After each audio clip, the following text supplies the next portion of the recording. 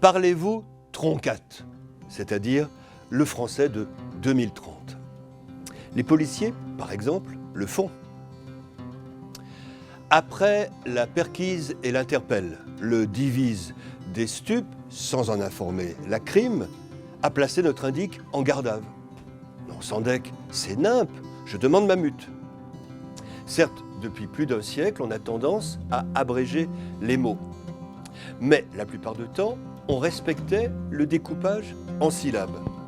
Cinématographe est devenu cinéma, première troncation, puis ciné, seconde troncation. Or, depuis quelque temps, ce phénomène d'abrégement, d'une part, est devenu massif. Ayant pénétré la langue commune, il touche tous les registres, tous les secteurs de la langue, de la manif au proc, du bac à la gym, des allocs à l'appart. Ensuite, on a tendance à ne pas respecter la coupe syllabique et à garder la consonne qui suit. On le voit bien par de nouvelles troncations que nous appellerons désormais des troncates. Ainsi, les amphétamines, amphé, deviennent des amphètes.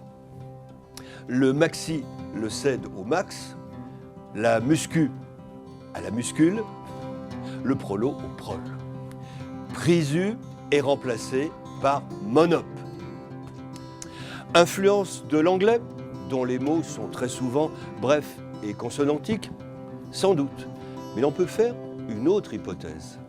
Après des siècles de vocables longs, dus à l'usage des préfixes, des suffixes, au calque sur le latin, le français est entré dans une phase de brièveté qui s'accélère actuellement sous nos yeux et d'une façon si générale qu'elle n'a été vue par aucun commentateur. Or, il s'agit tout de même de la physionomie de notre langue. Le mot gardave n'a rien à voir avec garde à vue. Il convenait donc d'y consacrer un ouvrage.